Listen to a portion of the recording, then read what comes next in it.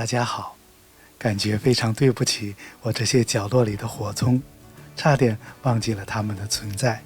今天才发现，它们早就应该采收了。因为缺少打理，所以今年火葱的个头很小。等天气转凉以后，我会把它们重新种下。不过，这小块菜床里的土壤一定要更新，才能够继续轮种其他的作物。所以今天和大家一起分享如何更新土壤。renew 后的土壤质量甚至可以超过一般市场上出售的成品原土。因为这小块菜床在院中最阴暗的角落里，土壤不仅营养欠缺，更重要的是虫卵和细菌比较多，有益的菌群微生物都严重的缺乏。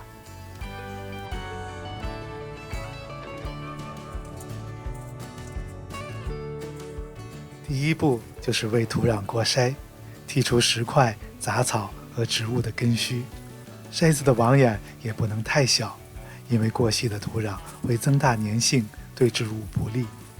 如何快速地制作一个庭院筛子，我会把链接放在视频的下方，以供大家参考。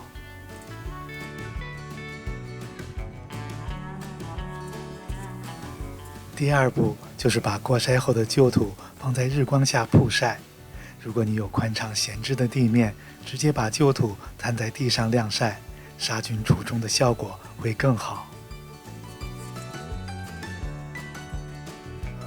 每日早晚我们都要经常翻动泥土，这样晾晒3-5天就可以进行下一个步骤。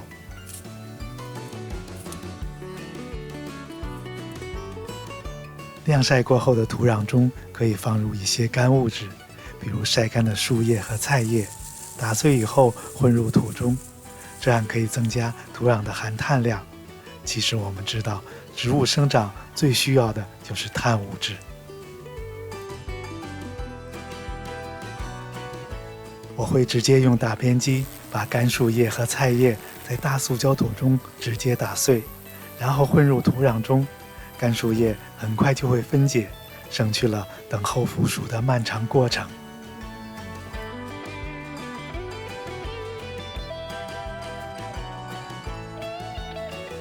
而对于有机堆肥，我往往会在移栽蔬果的时候才加入。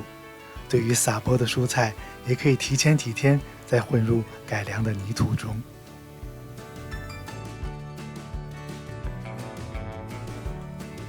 这样最基础的土壤改良就算完成了。但是如果你想让自己的花园旧土品质再升高一个档次，这时候还需要增加一些土壤改良剂进来。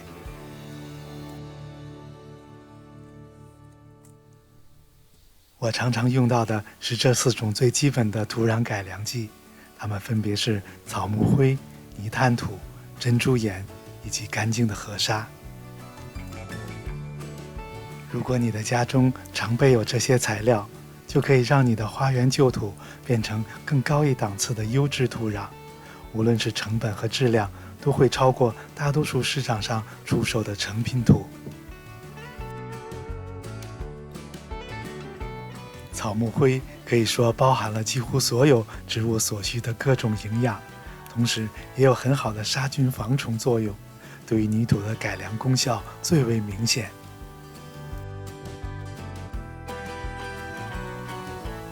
而泥炭土富含丰富的有机质，一直以来都作为最重要的土壤改良剂之一。但由于资源的不可再生性，我们应当减少使用，也可以用椰糠来替代它们。珍珠岩的最大作用是防止土壤板结，增加土壤的含氧量，促进水肥的转换，让土壤更加疏松透气，渗水性能保持良好。你会发现市场上出售的好一点的泥土一定是要加了珍珠岩的。而河沙同样具备珍珠岩的改良效果，成本会更加便宜。它可以改良粘性的土壤，很多植物和蔬菜都喜欢在沙质的土壤中生长。家里有些什么就放些什么，如果都有就最好，因为有成本的因素，无法给予最准确的比例。大概这些改良剂加起来和旧土的比例最多1:20就可以了。这里要特别强调的一点就是，我偶然看到有菜友把土壤的改良做成了堆肥，个人认为这非常的不妥，因为大量加入这些湿性的厨余，完全是堆肥的做法。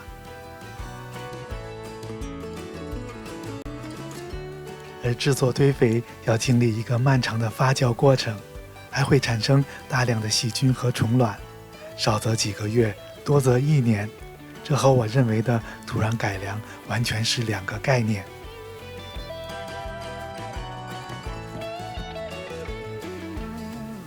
所以我个人的做法是，制作堆肥要单独制作，然后再根据实际所需作为基肥，在种植的季节里混入经过改良的土壤中。